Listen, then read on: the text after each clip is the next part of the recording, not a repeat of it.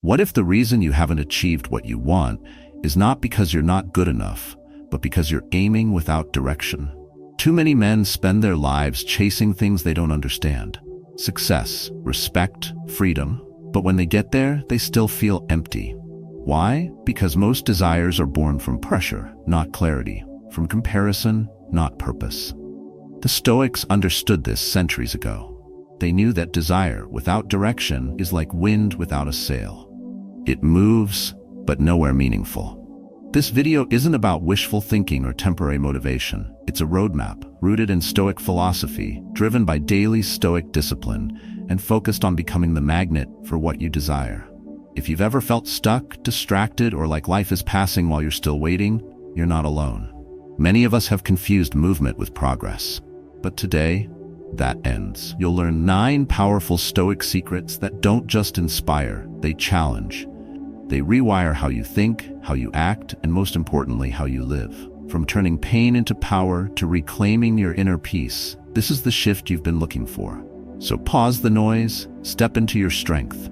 And if this message already speaks to something inside you, like this video, subscribe to the channel and stay with me until the very last moment. Because this could be the turning point your future self will thank you for. 1. Desire with direction, not with anxiety. Wanting more isn't the problem. Not knowing what you truly want is. Most people walk through life pulled by noise, social expectations, trends, fear of missing out. They chase success because they were told it's the measure. They want recognition because they never felt seen. They run after wealth, hoping it will quiet the voice that says you're not enough. And when they finally get there, the position, the applause, the things, they're still restless. Restless because they climbed a ladder that leaned on the wrong wall. Desire, when unclear, becomes a trap. It doesn't pull you forward. It keeps you spinning. That's why anxiety thrives. Not because you want too much, but because your wants aren't yours. They've been adopted, borrowed, and shaped by comparison. You're working hard, burning out, but deep down, you don't even know if the thing you're chasing actually matters to you. A man walks into his garage after work, exhausted. He's built a decent life, house, car, family. But as he sits in silence, he feels a quiet ache. It's not depression, it's not failure, it's misalignment. He's done everything right by the book, but no one told him that chasing the wrong thing, even with discipline, leads to quiet emptiness. He wanted freedom. What he built was a cage, and it started the moment he never questioned the origin of his desires. The Stoics saw this clearly. Epictetus taught that we must examine every desire and ask, does this bring me closer to the man I'm meant to be, or drag me further from myself? It's not about having fewer goals. It's about choosing the right ones. When you desire with clarity, you don't rush, you don't compare, you move with stillness and strength. You become laser-focused, not on having more, but on becoming more. But modern culture doesn't reward inner clarity. It rewards outer noise. The man who moves in silence is often overlooked, until one day he becomes unstoppable, not because he wanted it all, but because he wanted the right thing and let go of the rest. The common mistake isn't wanting too much. It's wanting without pause, without asking what truly matters, without facing the uncomfortable truth that you've been running from yourself behind the mask of ambition. The man who never reflects ends up working hard for a life that doesn't feed him. And by the time he realizes it, he's deep in the forest and no longer knows why he entered in the first place. To desire like a Stoic is to stop chasing and start choosing. It's to let go of the performance and return to purpose. It's to ask yourself, if I strip away validation, status, fear, what is left that still calls me forward? That question alone, answered honestly, can save decades. You don't need to renounce goals, you need to refine them. You don't need more desire, you need fewer distractions, because clarity is power. And the man who knows what he's truly here to do, that man is unshakable. Sit in silence for 5 minutes, no screen, no music. Just breathe and ask yourself one thing. What do I desire, and is it mine? The answer may not come today, but if you return to that space daily, it will rise from within, not from the world. And once you know it, protect it like your life depends on it, because in a way, it does. 2. Act today like you already are who you want to be. Waiting weakens you. It convinces you that you're not ready, that you're missing something, that one day, someday, right version of you will finally show up and do what needs to be done. That lie has stolen years from good men, because the truth is this: you don't become the man you want to be by waiting. You become him by acting as if you already are. Many people live in a loop, postponing discipline, courage, and presence because they believe it belongs to another season of life. They think confidence comes after success, that purpose comes after achievement. But confidence is built when you act without it. Purpose arrives when you stop looking for it and start living with intention now. No one hands you a certificate saying you're ready. Life waits for no one. It only responds to movement. In a quiet suburb, a man walks into his home after another long day. His job pays well but drains him. His family loves him, but he hasn't been truly present. He tells himself, once I get that promotion, I'll finally feel like a leader. Once I get in shape, I'll start showing up with confidence. But months pass, then years.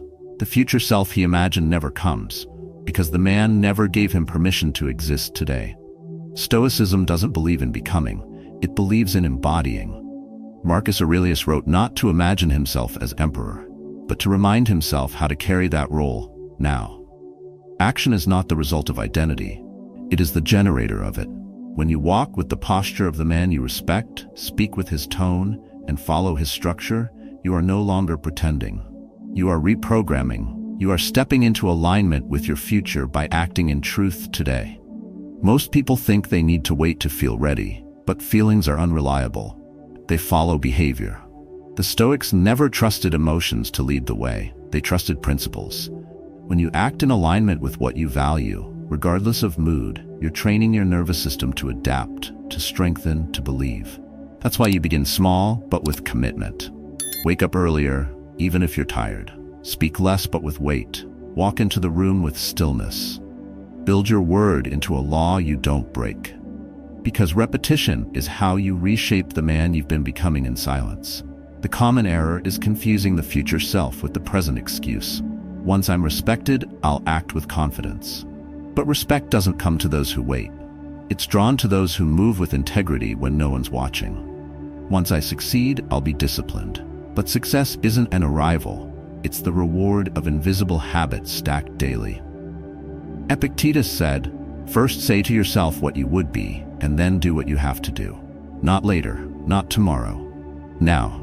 Because every delay feeds doubt, but every action, no matter how small, strengthens the link between who you are and who you are becoming. You want to transform? Then you must behave like the version of yourself who has already crossed the bridge. Not perfectly, not all at once, but with consistency, and without asking permission. So write down 3 traits your ideal self lives by. Maybe it's self-control, presence, or decisiveness. Then ask, what is one small behavior today that reflects each of them? And do it before the day ends. Speak less and mean more. Keep the promise you've been breaking. Make the call you've avoided. Walk like you know your steps matter, because they do. This is how it begins. Quietly, without applause, without ceremony. The world won't recognize it at first. But one day, it will have no choice, because your presence will speak before you do. 3. Don't ask. Make it happen. Waiting is a quiet form of giving up. It wears the face of patience, but underneath it, there's hesitation, fear, and an unwillingness to act. People wait for signs, for clarity, for someone to tell them it's time. And while they wait, days pass, then months, then years. They talk about what they'll do. They think about what they want. But action? That part never comes. And with every delay, they become strangers to their own potential. The truth is simple. You either shape your life with your hands, or you live in a shape someone else carved for you. Hoping is not a strategy. Asking for life to change without effort is like standing in a barren field and waiting for crops to grow without ever planting a seed. The Stoics knew this deeply. Marcus Aurelius never prayed for ease. He woke up each day and asked himself, what is in my control today? That question became his compass, even as an emperor. And if the most powerful man in the world refused to rely on fate, so should you. A man sits alone in his car after another frustrating meeting. His ideas were dismissed. Again, he's smart, experienced, capable, but he's waiting for someone to notice, for someone to offer him the perfect opportunity. In that silence, he scrolls through videos, motivation clips, and success stories. For a second, he feels fired up, but when he puts the phone down, nothing changes. The fire fades. Because motivation without motion burns out fast. What he needed wasn't another quote. He needed to do the one thing he's been avoiding. Send the email, make the pitch, walk into that room and say what needs to be said. Not tomorrow, today. Because the door he's hoping someone will open, it was always his to push. Many confuse inaction with reflection. They say they're thinking it through, waiting for the right moment, getting ready. But what they're really doing is hiding. Behind perfectionism, behind self-doubt, behind excuses. The Stoics weren't reckless, but they weren't paralyzed either. They understood that thought without execution is just a fantasy. Seneca wrote, "While we waste our time hesitating and postponing, life is slipping away. The only way to stop slipping is to step forward." It's not about rushing, it's about refusing to stay stuck. One phone call, one decision, one bold move. That's where transformation starts. Not in theory, but in movement. Not when it's comfortable, but when it's necessary. You don't have to build everything in a day. You just have to stop standing still. Viktor Frankl, though not a Stoic, echoed the same mindset. What is to give light must endure burning. If you want your life to change, you must be willing to burn away what's holding you back. Your fear of failure, your addiction to approval, your habit of hesitation. So ask yourself, what are you waiting for? And who are you expecting to save you from the responsibility of acting? Because the truth is, no one's coming. Not in the way you think. The only person who can start this is you. And the moment you take one imperfect step, life responds. Not with magic, but with momentum. Before this day ends, identify one action you've been avoiding. It might be small, that doesn't matter. What matters is that it breaks the cycle of stillness. Say what you've held back. Begin the project you've been silently dreaming about. Choose action over delay, motion over analysis. That shift, that one decision, can change the entire shape of your life. Not because the world bends instantly, but because you finally did. 4. Let discipline be stronger than your excuses. The alarm goes off. You feel the weight in your chest before your feet touch the floor. In that moment, a quiet war begins. One voice tells you to stay in bed. Just 5 more minutes. You've earned it. You're tired. Another voice tells you to rise, not because you want to, but because you said you would. The battle is old. The excuses are familiar, but what you choose in that silence shapes who you become when the world is watching. Discipline isn't loud. It doesn't post itself online or beg for attention. It moves in silence, builds in repetition, and earns its strength through resistance. Most people confuse motivation with movement. They wait to feel ready before they act. But Stoics didn't trust feelings. They trusted action. Discipline, for them, wasn't about grinding endlessly. It was about honoring your word, especially when no one else sees. When Marcus Aurelius sat down each morning to reflect and prepare, he didn't do it because he felt like it. He did it because that's what it meant to lead, starting from within. Imagine a man who has promised himself that he'll change his life. He wants to lose weight, write the book, launch the business. But days pass and nothing happens. He blames the job, the stress, the lack of time. Yet every night he scrolls through his phone, lost in other people's lives, avoiding the truth in his own. The issue isn't knowledge. He knows what to do. The issue is permission. He keeps giving his excuses instead of to his future. Discipline is giving yourself the power to follow through, no matter how small the step. It's choosing to stay late and finish the work. It's getting up early when sleep seduces you. It's saying no to the distraction, the craving, the easy way out. Discipline doesn't shout, it simply wins. Over time, over temptation, over the version of you that prefers comfort over growth. The common mistake is thinking discipline requires massive effort, but it only requires consistency. You don't need to climb the mountain today. You just need to keep walking, especially when it's uphill. The first day is easy. The third day is harder. By day 10, your mind will craft 1,000 reasons to quit. That's the moment where most men fall. Not because they can't, but because they forget why they started. Seneca wrote, "No man is more unhappy than he who never faces adversity, for he is not permitted to prove himself." Adversity, discomfort, even boredom, these are weights, and discipline is your ability to lift them. Every time you act despite how you feel, you build strength that cannot be bought or borrowed. That kind of power doesn't just change habits, it rewires your mind. You stop seeking the easy. You start respecting effort. Practical strength begins with one change. Stop negotiating with yourself. If you say you'll train at 6 a.m., train. If you say you'll write 500 words, write. Not because you feel inspired, but because you said you would. And your word must mean something to you. Otherwise, no one else will believe it either. Write down one thing you've promised yourself this month. Something you've been postponing, excusing, and reshaping to fit your mood. Then remove the condition. Don't tie it to how tired you are, how busy you are, or how the day goes. Tie it to your identity. Do it because you don't break your word. And in that simple, silent decision, you reclaim something most men lose: self-respect. Because a man who obeys his excuses lives in delay, but a man who obeys his discipline lives in alignment and eventually in mastery. 5. Visualize, but stay grounded. Dreaming is easy, building isn't. Most men get stuck in the space between. They see the life they want in their mind, the business, the freedom, the strength, the clarity. They play the images like a movie again and again, hoping the repetition alone will shape reality. But visualization without action becomes fantasy.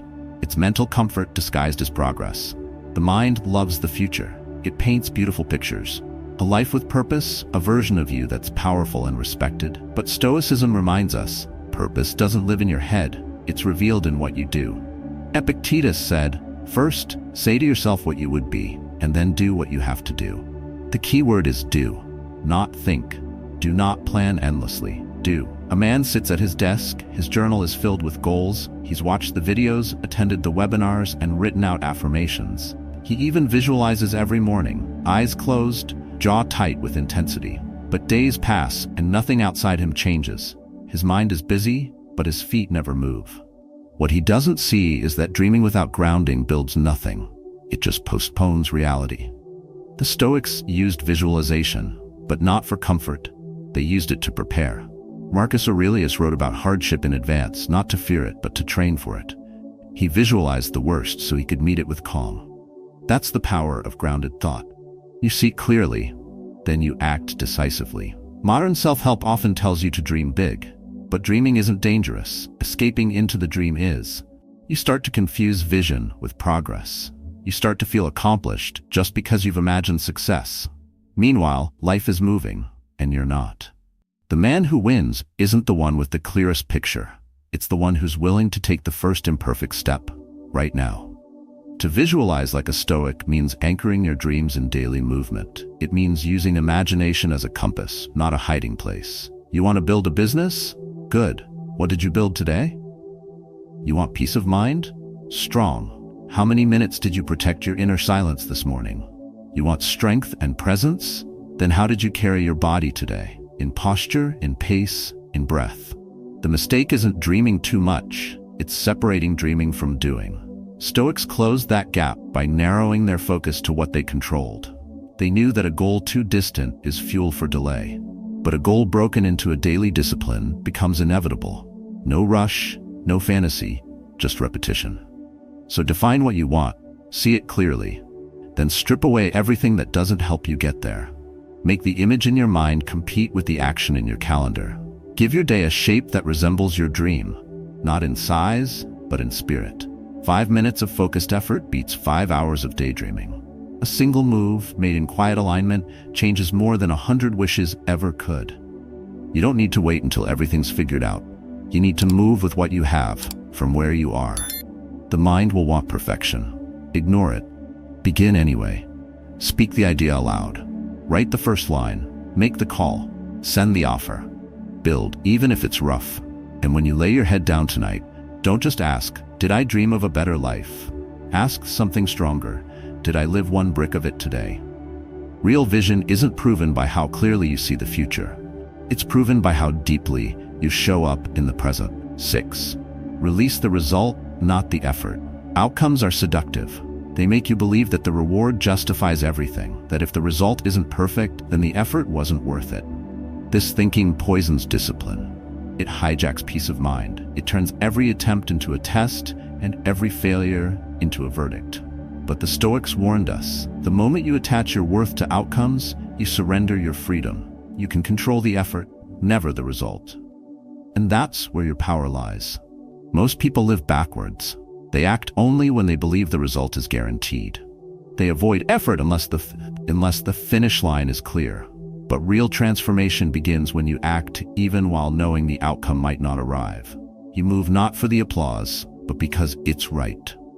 A man sits outside his office after a job interview. He prepared for weeks. He dressed well, spoke with confidence, and answered everything. But he doesn't get the offer. His mind spirals. Maybe I wasn't good enough. Maybe I'll never make it. What he doesn't realize is that he just proved strength, clarity, and consistency. He showed up fully, and that matters more than any external reward. Stoic philosophy teaches us that virtue is found in the act itself, not in how the world reacts to it. Epictetus said, "Make the best use of what is in your power, take the rest as it happens." This is the core of emotional discipline. You give your all, then let go. Not out of apathy, but out of trust. You don't abandon care, you abandon control. In modern life, people are addicted to feedback, likes, responses, approval. But that addiction robs you of inner peace. You do something meaningful, but if no one sees it, you question its value. You exercise for 2 weeks, then stop because the scale didn't change. You start a project, then quit because the world didn't clap. But growth doesn't happen under applause. It happens in silence. The common mistake is assuming that value is external, that, unless someone rewards you, what you did wasn't enough. But if you only give your best when success is guaranteed, then you'll rarely give your best. You'll always calculate, hesitate, and delay. The Stoic path is different. You give without attachment. You serve your principles, not your pride. This mindset isn't about lowering standards. It's about elevating consistency. When you release the result, you protect your energy. You stop overthinking. You stop needing things to happen a certain way. And paradoxically, this makes you more effective. A calm man performs better than an anxious one. A detached mind sees clearly than a desperate one. The more you release control, the more control you gain. So, how do you live this? Start by naming one area where you're holding too tightly. A goal, a deadline, a person's reaction. Write it down. Then shift your attention to what's in your hands today. Instead of obsessing over the outcome, show up with presence. Instead of chasing certainty, master preparation. Instead of needing a result, become the kind of man who doesn't flinch without it. When you measure yourself, don't ask if it worked. Ask if you worked. Ask if you moved with clarity, with strength, with discipline. Because that version of you doesn't disappear when the door closes. He doesn't vanish when things fall apart. He remains, and he grows. Let today be a day where you give something your full effort without checking for reward. Speak with truth even if no one agrees. Train with intensity even if the mirror shows no change. Create something even if no one praises it.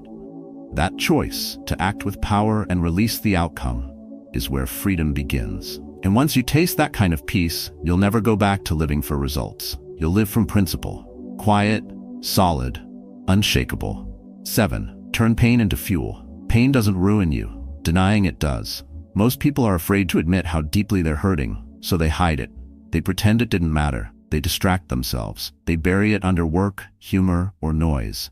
But what you avoid doesn't disappear. It waits. And one day when your defenses are low, it returns, sharper, heavier, and more powerful.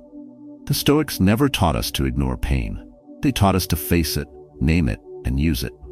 Pain is part of life. Loss, betrayal, rejection, no one escapes. But only a few transform it. Only a few understand what Marcus Aurelius meant when he said, "The impediment to action advances action. What stands in the way becomes the way." Those aren't poetic words. They are instructions. You don't just survive pain, you alchemize it.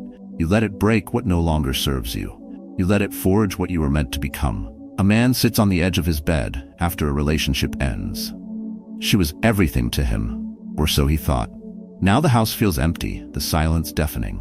He replays every moment, every word, every mistake. His instinct is to numb it, turn on a screen, pick up a drink, distract himself with work. But another voice inside whispers something different. Feel it. Not to suffer, but to see, to extract the truth. To understand that the pain isn't the enemy, it's the invitation. What if that heartbreak isn't a dead end, but a mirror? What if it's showing you the parts of yourself that need strengthening? The parts that depended too much, trusted too fast, feared too deeply. The man who feels fully and reflects deeply does not stay broken. He rebuilds, slower, wiser, and stronger. We were never promised ease, and Stoicism never offers comfort. It offers clarity. Clarity that pain isn't personal, it's universal. Clarity that suffering without purpose crushes you, but suffering with perspective sharpens you. Epictetus, who was born into slavery and walked with a crippled leg, never saw himself as a victim. He saw adversity as training. Every trial refined his character. Every wound became a source of wisdom. The common error is to see pain as failure, to assume that if something hurts, it must have been wrong. But discomfort is not a signal to retreat.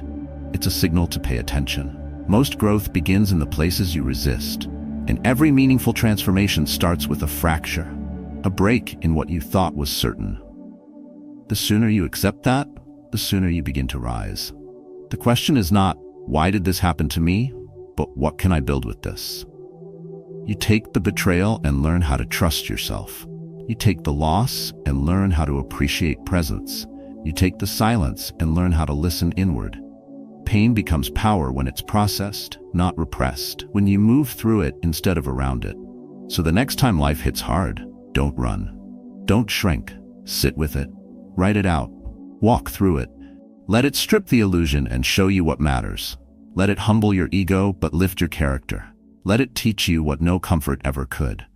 Because once you've faced your worst day and chosen to stand anyway, you become dangerous in the best way. Not reckless, but unbreakable. Take 10 quiet minutes today. No phone, no input. Just you, your breath, and the pain you've been avoiding. Ask it, what are you here to teach me? And when the answer comes, don't rush away. Stay. Let it settle in. Then move. Not in rage, not in fear, but with quiet resolve. Because your deepest wound might just be the birthplace of your strongest self. 8. Protect your peace like a temple. Not everything deserves your reaction. Not every noise requires your attention. The man who learns this early walks through life with an edge that few can match. Not through aggression, but through quiet control. While most people react to every opinion, every insult, every twist in the day, the Stoic moves with stillness. He doesn't speak to prove, doesn't rush to fix, doesn't explain when silence is stronger. Because peace, once earned, becomes more valuable than pride. Peace isn't passive, it's disciplined. It's built when you choose not to respond from ego, but from principle. It's held in moments when your voice is louder in your head than the world around you. Most people treat peace like a mood. It comes and goes, depending on the weather of the world. But Stoics treat it like a practice, like something sacred. Epictetus wrote, "If you want to improve, be content to be thought foolish and stupid." That's not surrender.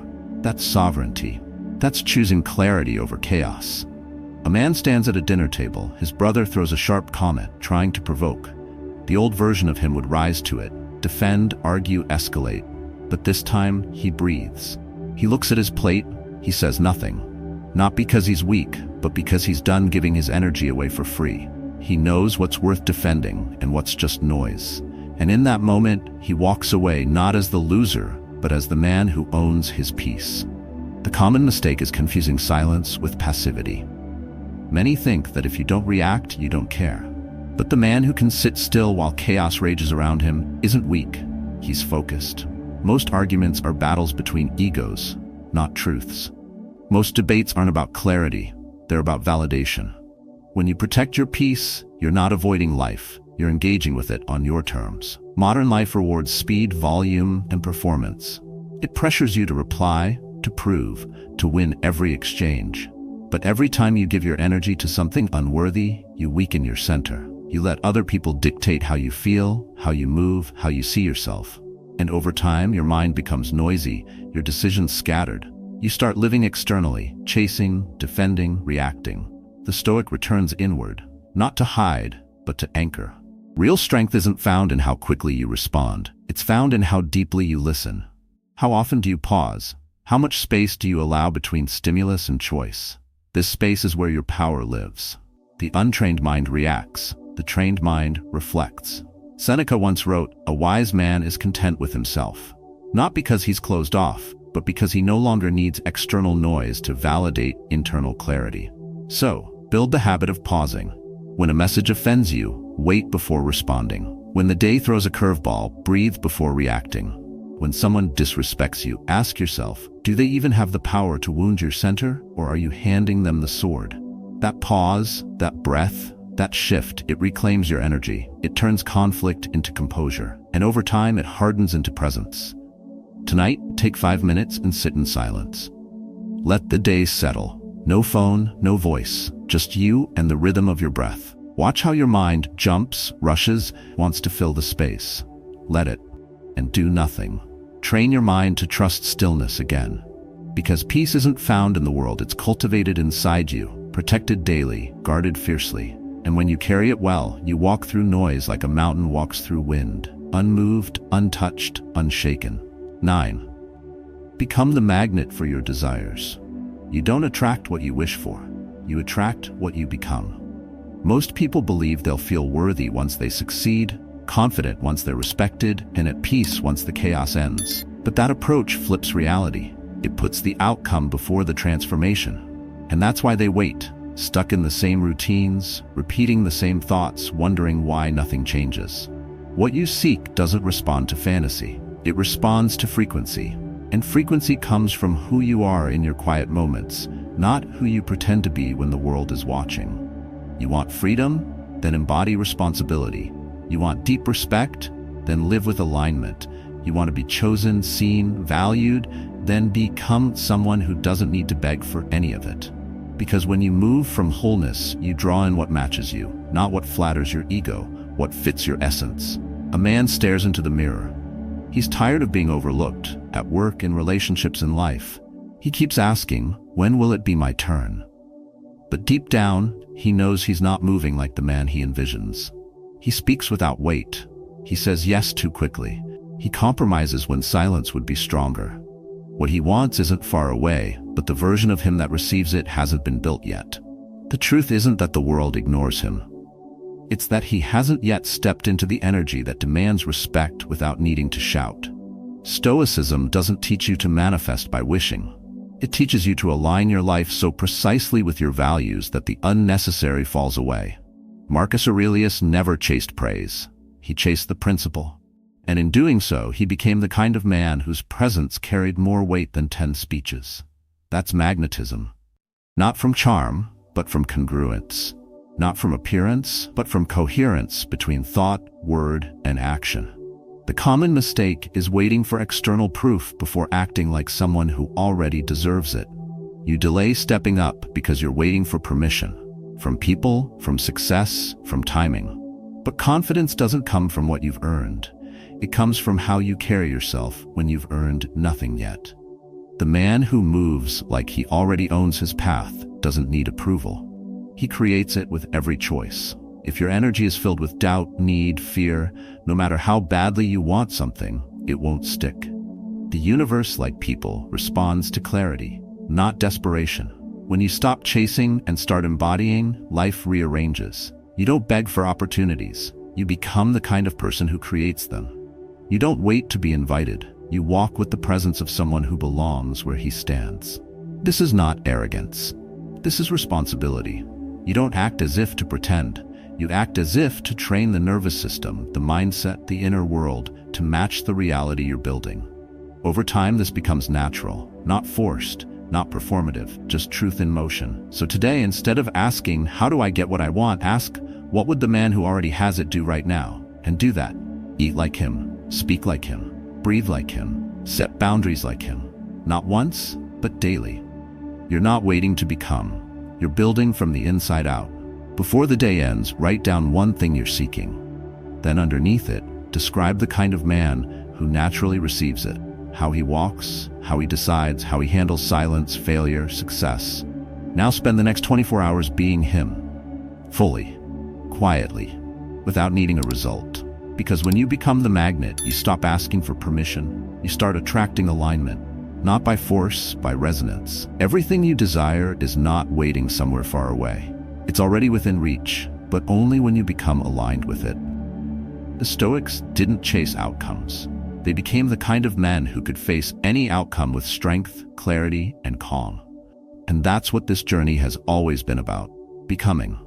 You've just walked through 9 Stoic principles, not as abstract ideas, but as daily disciplines, from desiring with direction to turning pain into fuel, from grounding your dreams in action to protecting your peace like it's sacred.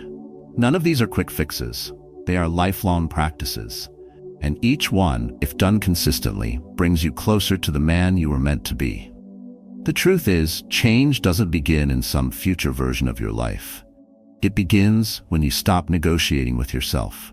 When you train your mind like a Stoic, act with quiet strength, and stop waiting for the world to catch up. Whether it's building self-discipline, refining your mindset, or simply reclaiming your emotional clarity, the power lies in small, repeated action.